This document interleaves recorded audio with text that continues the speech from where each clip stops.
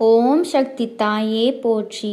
என் அன்பு குழந்தையே, நாளைய வெற்றி விடியலில் என் பிள்ளை உனக்கு செய்வினை செய்தவர்களை யார் என்று நான் உனக்கு அடையாளம் காட்டப் போகின்றேன்.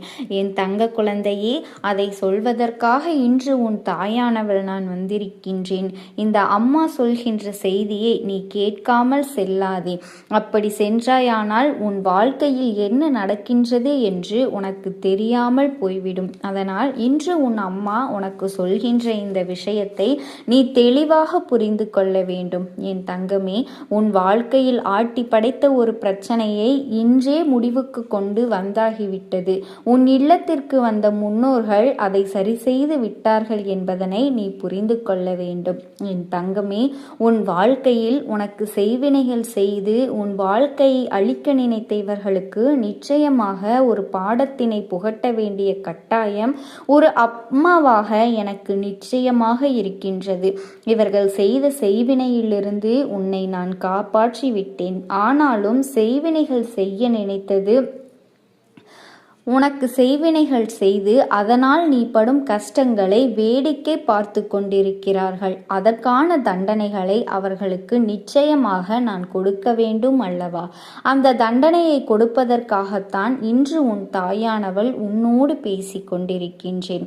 உன்னிடத்தில் சொல்ல போகின்ற இந்த விஷயங்களை எல்லாம் நீ சரியாக புரிந்து கொண்டால் நிச்சயமாக உன் வாழ்க்கையில் என்ன நடந்து கொண்டிருக்கிறது என்பதனை நீ தெரிந்து கொள்வாய். என் தங்க, எந்த விஷயங்கள் உன் வாழ்க்கையில் உனக்கு தீராத பிரச்சனைகளாகவும் உன் இல்லத்தில் எந்நேரம் சண்டைகளும் சச்சரவுமாக வந்து கொண்டிருக்கின்றது அல்லவா? உன் இல்லத்திலே அமைதி என்ற ஒன்றே இல்லை. எதற்கெடுத்தாலும் சத்தம். அக்கம் பக்கத்தில் உள்ளவர்கள் எல்லாம் வேடிக்கை பார்க்கிறார்கள் அல்லவா? உனக்கு சத்தமிட விருப்பமில்லை. அவர்களிடம் சத்தமிட வேண்டாம் என்று சொன்னாலும் அவர்கள் கேட்பதாக இல்லை. அக்கம் பக்கத்தில் உள்ளவர்கள் எல்லாம் வேடிக்கை பார்க்கிறார்கள் என்று சொன்னாலும் அவர்கள் அந்த கட்டுப்பாட்டில் இல்லை. இப்படி ஒவ்வொருவரின் மனநிலையும் ஒவ்வொரு விதமாக இருக்கும் பொழுது எப்படியெல்லாமோ வாழ வேண்டும் என்று நினைத்த இந்த வாழ்க்கை உனக்கு இப்படி அடுத்தவர்கள் சிலிர்த்து வேடிக்கை பார்க்கும் அளவிற்கு மாறிவிட்டது என்று கவலை கொள்கின்றாய் அல்லவா? நமக்கு மட்டும் என் குடும்பம் ஏன் இப்படி இருக்கின்றதே என்று சொல்லி என் பிள்ளை நீ வேதனைப்பட்டு கொண்டிருந்தாய் அல்லவா? உன்னுடைய குடும்பத்தில் இதற்கு முன்னால் இப்படியெல்லாம் நடக்கவில்லை. சில காலங்களாகத்தான் இது போன்று ஒற்றுமை இல்லாமல் எப்பொழுதும் சண்டைகளும் சச்சரவுகளுமாக இருந்து கொண்டிருக்கின்றது. இதிலிருந்து எப்படி நாம் மீண்டு வர முடியும் என்று யோசிக்கின்ற நேரத்தில் என் தங்கமே, உனக்கு முதலில் இந்த பிரச்சனை எதற்கு வந்தது என்று இந்த தாயானவள் நான் சொல்கின்றேன். உன்னுடைய குடும்பத்தில் இருப்பவர்கள் மீது தவறு சொல்ல ஒன்றுமில்லை. ஏனென்றால் இதுவெல்லாம் இவர்கள் செய்த செய்வினைதான் என்பதனை நீ புரிந்து கொள்ள வேண்டும். என் தங்க குழந்தையே, உன் குடும்பத்தில் இருக்கின்ற ஒவ்வொருவரினுடைய மனநிலையை இவர்கள் மாற்றி அமைத்ததினுடைய விளைவுதான் இப்பொழுது உனக்கு இருக்கின்ற பிரச்சனைகள். உன் குடும்பத்தில் இருக்கின்ற ஒவ்வொருவருக்கும் இவர்கள் சூழ்ச்சி செய்து செய்வினையை வைத்து விட்டார்கள். என் குழந்தையே, அந்த செய்வினை சூழ்ச்சிதான் இப்பொழுது அதன் வேலையை காட்டிக் கொண்டிருக்கின்றது. இதிலிருந்து நிச்சயமாக அவர்களை மீட்டு கொண்டு வர வேண்டும். இவர்களோடு இவர்கள் புதிதாக வைத்திருக்கின்ற இந்த பழக்கம்தான் உன்னுடைய குடும்பத்தின் சந்தோஷத்தை சீர்குலைத்து கொண்டிருக்கின்றது என்பதனை நீ முதலில் புரிந்து கொண்டால் போதும். மற்றவையெல்லாம் உன்னை விட்டு தானாகவே விலகி ஓடிவிடும் என்பதனை நீ மறந்துவிடாதே. என் தங்கமே, இந்த அம்மாவிடம் வந்து கண்ணீர் சிந்துகின்றாய் அல்லவா? அம்மா, என் வாழ்க்கை இப்படியே சென்று விடுமோ என்று நீ வருந்துகின்றாய் அல்லவா? இந்த வாழ்க்கையை இதற்கு மேலும் நான் எந்த விஷயத்திலும் மகிழ்ச்சி அடைந்து விட முடியாதோ என்றெல்லாம் எண்ணி என் பிள்ளை நீ மனவேதனை பட்டு கொண்டிருக்கின்றாய் அல்லவா? என் தங்கமே, உன்னுடைய வேதனை எல்லாம் உன்னை ஆட்டி படைத்த இந்த விஷயங்கள் எல்லாம் இந்த தாயானவளால் முடிய போகின்றது. நான் அதற்கெல்லாம் முற்றுப்புள்ளி வைக்கப் போகின்றேன். செய்வினை செய்த இவர்களுக்கு நான் கொடுக்க வேண்டிய தண்டனை என்னவென்று உன் அம்மா சொல்கின்றேன். அவர்களுக்கு தண்டனை என்று சொல்வதை விட சரியான பாடத்தினை நிச்சயமாக புகட்டித்தான் ஆக வேண்டும். இவர்களினுடைய எண்ணங்கள் என்னவாக இருக்கின்றது தெரியுமா? நாம் என்ன வேண்டுமானாலும் செய்துவிட்டு போகலாம், இவர்களால் நம்மை என்ன செய்துவிட முடியும் என்று நினைக்கின்றார்கள் அல்லவா? ஆனால் உண்மையில் இவர்களுக்கு தெய்வத்தின் மீது பயமில்லை என்பதுதான் உண்மை. அடுத்தவர்களின் வாழ்க்கையை அழிக்க நினைக்கும் பொழுது தனக்கும் அது திரும்ப வரும் என்ற எண்ணம் முதலில் இவர்களுக்குள் இருக்க வேண்டும் அல்லவா?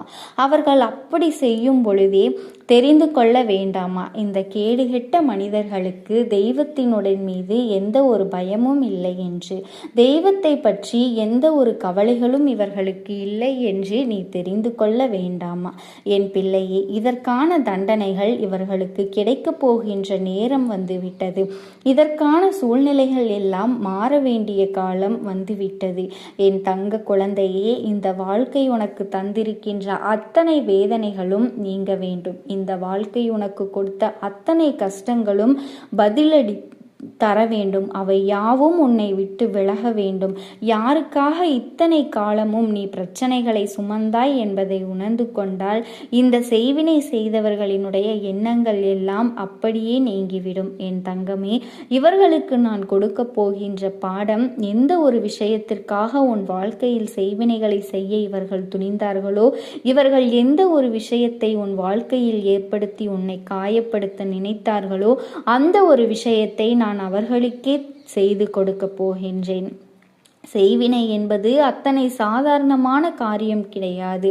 என் தங்க குழந்தையே, ஒரு குடும்பத்தில் இருக்கின்ற ஒருவரினுடைய மனதை கலைத்து அவர்களுக்கு காயத்தை கொடுக்கிறார்கள் என்றால் நிச்சயமாக அந்த விஷயம் நாம் கவனிக்கப்பட வேண்டியது. சரியான நேரத்தில் நிச்சயமாக அவர்களுக்கான தண்டனையை கொடுத்து விட வேண்டும். இவ்வளவு மோசமான எண்ணங்களோடு இந்த தீய மனிதர்கள் இங்கே இருப்பது சரியான விஷயம் அல்ல. இத்தனை காலமும் உன் வாழ்க்கையில் உனக்கு கஷ்டங்களை கொடுத்தவர்கள் எல்லாம் இனி உன்னை விட்டு விலகிச் செல்ல போகிறார்கள் என்று நினைப்பதில் ஒரு வகையில் உனக்கு சந்தோஷம் இருந்தாலும் மற்றொரு வகையில் இவர்கள் மீண்டும் நம்மை தேடி வருவார்களோ?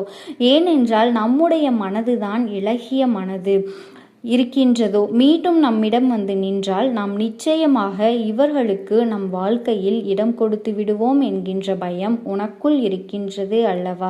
என் பிள்ளையே, எல்லோருக்கும் ஒரு பொறுமை இருக்கின்றது. அந்த பொறுமைக்கும் ஒரு எல்லை இருக்கின்றது. அந்த எல்லையை கடக்காதவரை மட்டும்தான் அவர்களால் உன்னுடைய வாழ்க்கையில் ஆட முடியும். அந்த எல்லை முடிந்து விட்டது என்றால் இதற்கு மேல் இவர்கள் வாழ்க்கையில் ஆட முடியாது.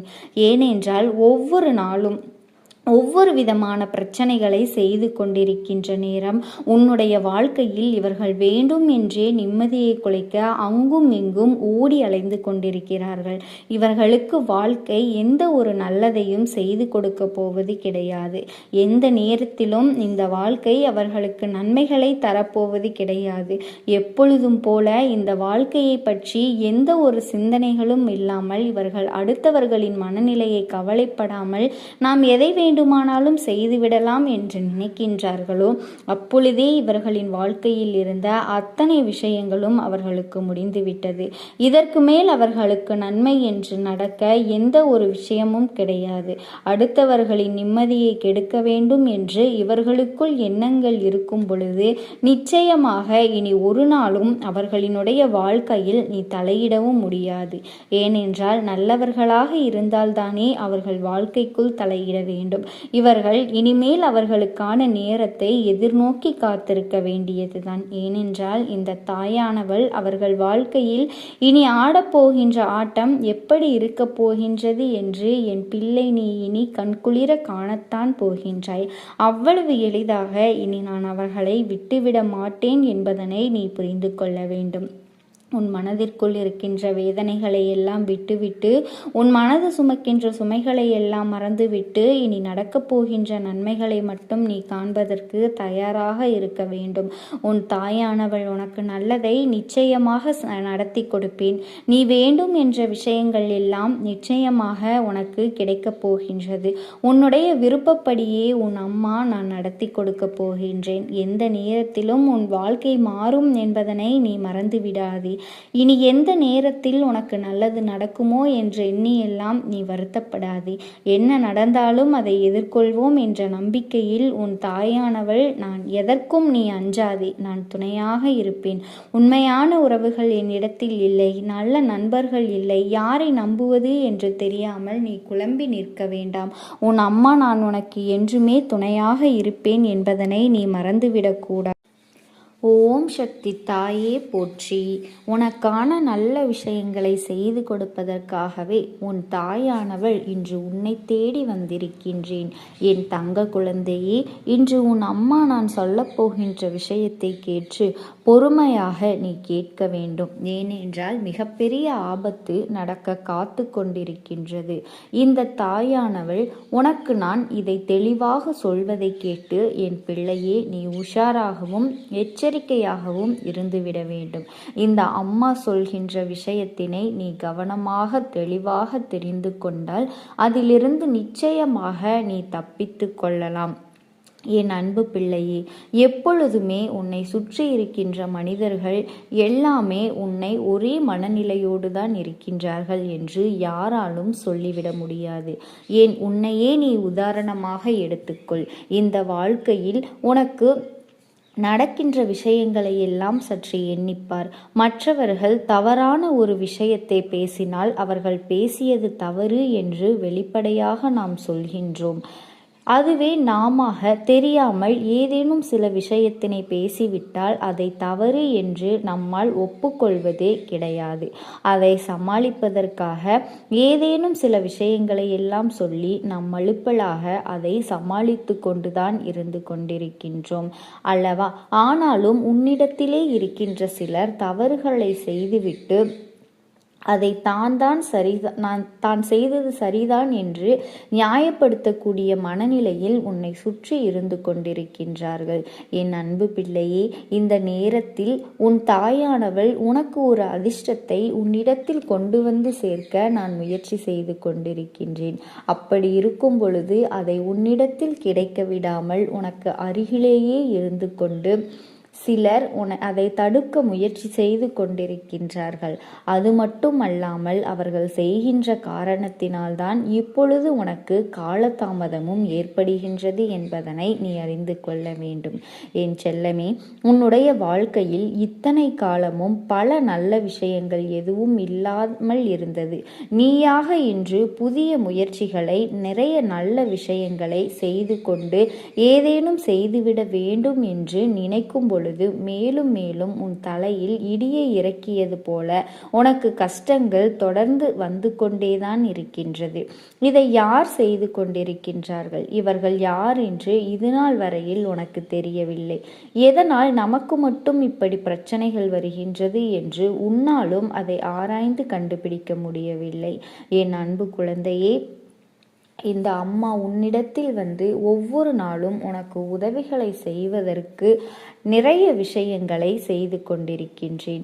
என் தங்கமே, இப்படி நான் சொல்கின்றேன் என்றால் நிச்சயமாக அதில் இருக்கின்ற உண்மை என்னவென்று நீ தெரிந்து கொள்ள வேண்டும். இந்த வாழ்க்கையில் கொடுத்திருக்கின்ற இந்த நேரத்தை நீ சரியாக உனதாக நீ மாற்றிவிட வேண்டும். கஷ்டத்தையும் துன்பத்தையும் கொடுக்க எல்லோரும் முன் வருவார்கள்.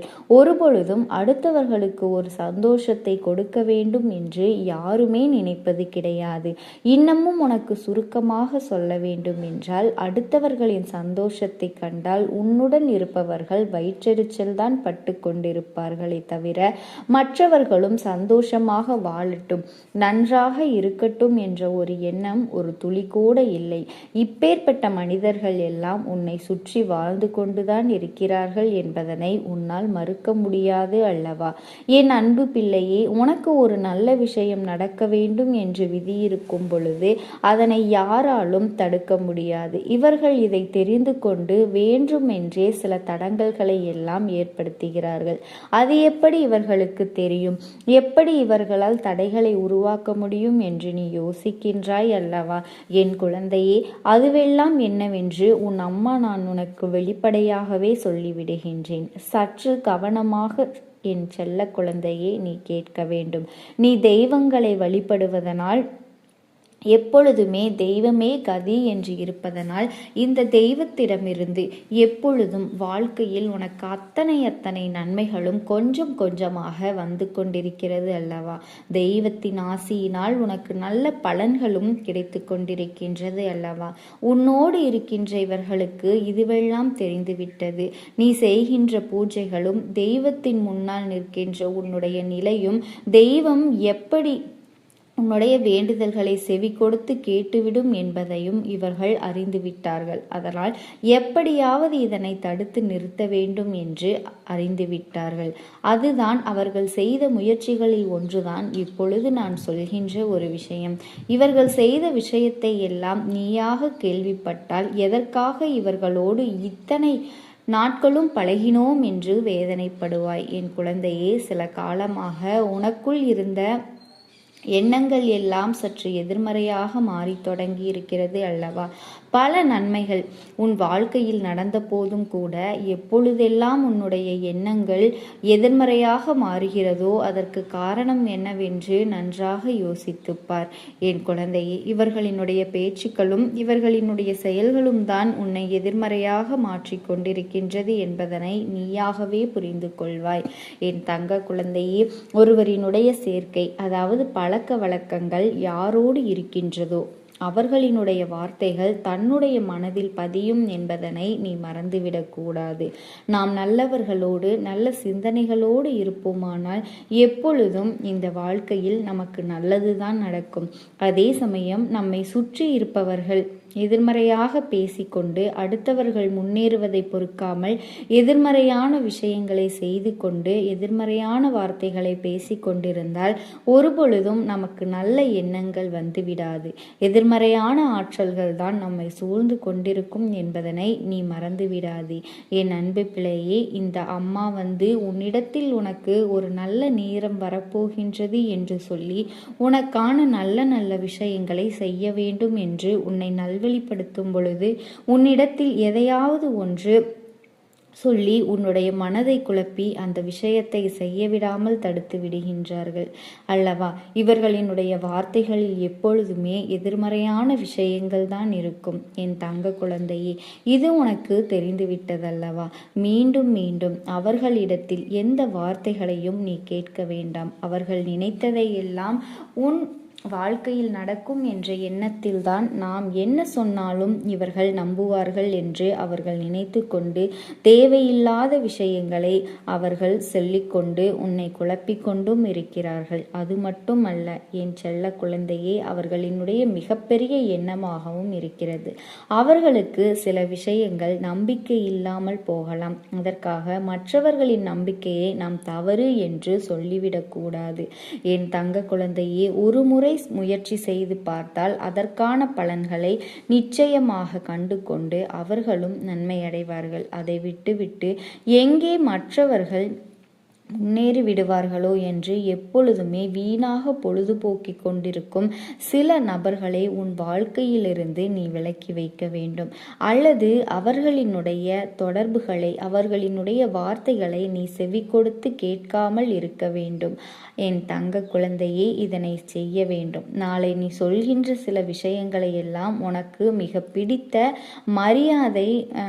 மரியாதை வைத்திருக்கக்கூடிய ஒரு நபரிடத்திலே மேலும் சில விஷயங்களை எல்லாம் நீ திருத்தி கூறி உன்னை ஒரு பிரச்சனையில் மாட்டிவிட வேண்டும் என்று அங்கே தயாராக நின்று கொண்டிருக்கிறார்கள்.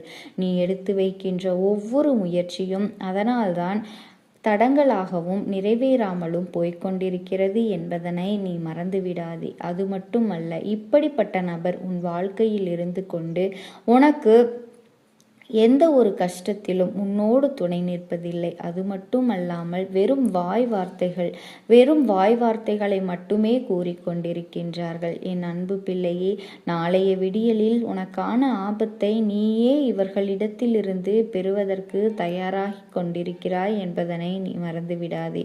இவர்கள் எந்த ஒரு விஷயத்தையும் உன்னுடைய வாழ்க்கையில் நடத்திவிட வேண்டும் என்று தயாராக இருக்கிறார்கள். இது போன்ற மனிதர்களினுடைய பழக்க வழக்கங்களினால் ஆனால் உன் வாழ்க்கை உனக்கு கொடுக்கின்ற நல்ல விஷயத்தை கூட நீ பெறாமல் சென்று கொண்டிருக்கின்றாய்.